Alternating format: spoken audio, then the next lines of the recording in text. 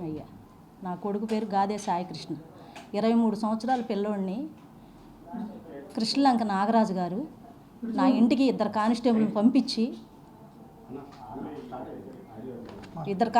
పంపించి నన్ను రమ్మన్నారు సార్ గారు అని చెప్పి తీసుకొచ్చాడు. సీఏ గారు రమ్మన్నారని చెప్పి నన్ను అక్కడి నుంచి తీసుకొచ్చాడు. అక్కడి నుంచి తీసుకొచ్చి నా చేతిలో ఫోన్, నేను వస్తా ఉన్నా, నా చేతిలో ఫోన్ లాగేసుకొని నన్ను తీసుకొని వెళ్ళిపోయి 12:30 1 గంట దాకా నన్ను అక్కడ పెట్టి సార్ పిలుస్తున్నారని చెప్పారు. లోపలికి వెళ్తే నీ కొడుకు ఎక్కడా అని అడిగాడు. నా కొడుకు ఎక్కడ ఉండటం లేదయ్యా, వేరే చోటకి వెళ్ళిపోయాడు, ఏదో కష్టపడి బతుకుతున్నాడని నేను చెప్పా.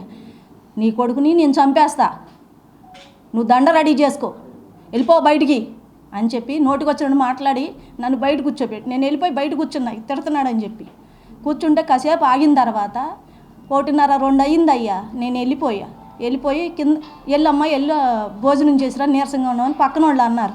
అంటే నేను కిందకి వెళ్ళిపోయి కూడా నాకెవరో పైనుంచి పిల్లల కేకలు వినపడుతున్నాయి కొడుతున్నట్టు. నేను ఇక గుమ్మలోకి ఎక్కడ దాకా రోడ్డు మీదకి కూడా రాలా. నేను ఇంకా ఆ గేటు దాటి బయటకు వచ్చాను. నాకు కేకలు వినిపించేటప్పుడు అమ్మో నా పిల్లోడు ఇక్కడే ఉన్నాడని చెప్పి నేను వెనక్కి వచ్చా. పెద్ద కేకలు. నన్ను చూడనియండి అయ్యా, మా అబ్బాయి ఎక్కడే ఉన్నాడయ్యా, నన్ను ఎందుకు ఇన్ని రోజుల నుంచి తిప్పుతున్నారు, నా కొడుకుని తీసుకొచ్చేసి నన్ను ఇలా చేసి వాడి గోల్డ్ పీకేసి ఇష్టం వచ్చినట్టు ఆంబోతులాగా కొట్టి, చాలామంది ఉన్నారయ్యా, దాంట్లో 5-6 ఉన్నారు. నా బిడ్డను పట్టుకొని కొట్టి ఆ బాబురావు గాడు బండెక్కించుకెళ్ళి నా బిడ్డను ఏం చేశాడో మీ అందరికీ న్యాయంగా ఉంటే ఆ బాధ బరాయించలేక మా చెల్లికి వచ్చి చెప్పుకొని వాళ్ళని తీసుకెళ్తే ఆవిడ లాయర్లు తీసుకొని వెళ్తే మేము తీసుకురాలేదమ్మా అని కాసేపు, ఎక్కడన్నా ఉన్నాడేమోలే కనుక్కుంటామని కాసేపు అలా చెప్పి మమ్మల్ని మబ్బి పెట్టాడు. ఎన్ని రోజులు మబ్బి పెట్టాడో అలా. నేను వాళ్ళు వెళ్ళిపోయి పాపం సరే తర్వాత మాట్లాడదాంలే మనం అని చెప్పేసి నన్ను లాయర్ గారి దగ్గర తీసుకెళ్ళిన తర్వాత వాళ్ళు అట్లా మాట్లాడుతూనే ఉండారు.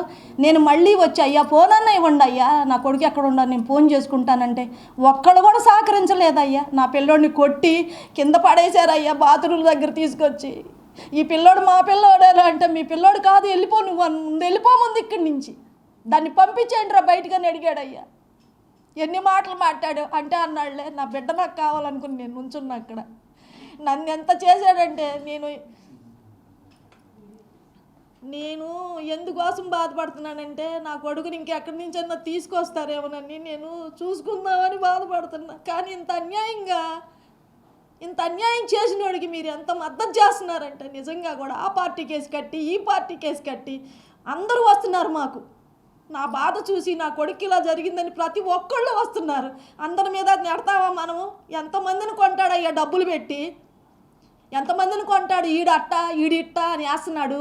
ఇప్పుడు వరకు నువ్వు ఎన్ని చేసావు ఎవరికి తెలియదా? బయటికి రావట్లేదా? నువ్వు డబ్బులు పెట్టి కొనుక్కొని జరిపించుకుంటున్నావు. నువ్వు పోలీస్ ఆఫీసర్ నేను ఇష్టం వచ్చినట్టు చేస్తావేంటి? ఒక్క కొడుకు 23 ఏళ్ల కుర్రాడిని నువ్వు అతి దారుణంగా కొట్టి మూట కట్టి పక్కన మారేసి తెల్లారి తీసుకెళ్ళి నువ్వు దానం చేయటం నువ్వెవడవే? నీకేడు సంబంధం? నీకు నాకేమైనా సంబంధం ఉందా? నా పిల్లోళ్ళు అంత దారుణం చేస్తావా? నాకు జరిగిన పరిస్థితి, నా బిడ్డకు జరిగిన పరిస్థితి ఎవరికి రాకూడదని నేను మీ అందరికీ దండం పెట్టి చెప్పుకుంటున్నా. నా పిల్లోడిని నాకు ఉంటే చూపించండి, లేకపోతే నాకు అంత ఇవ్వండి, మట్టన్నా ఇవ్వండి. పోనీ ఎక్కడ చేసాడో చెప్పండి, వెళ్ళిపోతాను నేను అక్కడికి. నేను వెళ్ళిపోతాను. నాకు ఈ కేసులు ఈ రాజకీయాలు నాకు నచ్చవు. మేము ఉంటే తిన్నాం, లేకపోతే బతికాం. మేము ఒక్క మాట మీదే బతికాం ఫస్ట్ నుంచి కూడా. ఒక్క మాట మీదే బతికాం. ఇవాళ మేము ఇంతమందిలోకి వచ్చి అయ్యా నా బిడ్డను చూపించండి అంటే ఏదేదో అంట కడుతున్నారు. ఆడట్టా ఈడిట్టా అని. దయచేసి మీరు నాకు రాజకీయాలు పొలవద్దు, నా కొడుకు రాజకీయాలు పొలవద్దు అయ్యా, మీకు దయచేసి చెప్తున్నాను. మేము అలాంటి వాళ్ళం కాదు. మేము అందులో బతికితే ఎట్టేందుకు అయ్యా? తింటానికి తిండి లేకుండా, కట్టుకుంటానికి గుడ్డలు లేకుండా ఆ బిడ్డ మార్కాపురంలో బతకాల్సిన అవసరం ఏంటి? కావాలంటే మీకు చూపిస్తా వాళ్ళని ఎలా ఉన్నాడో, ఎలాంటి మంచమో, ఎలా పడుకున్నాడో. చచ్చిపోయినాడు కూడా మీద కూడా నిందలేసి మీరు ఇలా చేస్తున్నారంటే మీకు ఏమాత్రం ధర్మం ఉన్న అందరికీ కూడా చెప్తున్నా, ప్రజలందరికీ చెప్తున్నా, నా కొడుకు న్యాయం చేయండి. నా కొడుకు అలాంటి వాడు కాదు. చిన్నప్పుడు గొడవలు ఆడుకుండా ఎవడో ఉండడు. పెద్దవాళ్ళే ఎద్దుల్లాగా ఉండి కాని తప్పులు చేసి డబ్బులు కమ్ముడిపోతున్నారు. సిగ్గు అనిపించట్లేదా? ఓ పిల్లాడిని చంపేసి దారుణంగా తీసుకెళ్ళి దానం చేసి నా కడుపు కింద కోత పెట్టి నీకు సిగ్గు లేకుండా మాట్లాడుతున్నావే? నాకు ఎంత బాధగా ఉంది. నేనేనాడన్నా బయటకు వచ్చానా? నిన్ను ఎన్నిసార్లు అడుక్కున్నాను, అయ్యా ఒక్కసారి చూపించు అయ్యా, ఫోన్ చేపించండి అయ్యా, ఒక్కసారి మాట్లాడించండి అయ్యా, నా మాట ఇంటాడు పలుకుతాడయ్యా అంటే ఫోన్ లేకుండా చేసి పిల్లోడిని చంపేసి ఏం మాట్లాడతాడయ్యా? ఎవడిచ్చాడు వీడికి ధైర్యం? కాల్చేయమని చంపేమని? నా కొడుకు నాకు కావాలి, తీసుకురండి. మీరందరూ ఇన్ని పార్టీలు అడిగేసి అంట కడుతున్నారు కదా. నా బిడ్డలాగా రేత్రి పగలు అన్నం ఎక్కక నీరసం వచ్చి పడిపోతున్నా. ఆ నీరసంలోనే నేను తిరిగా.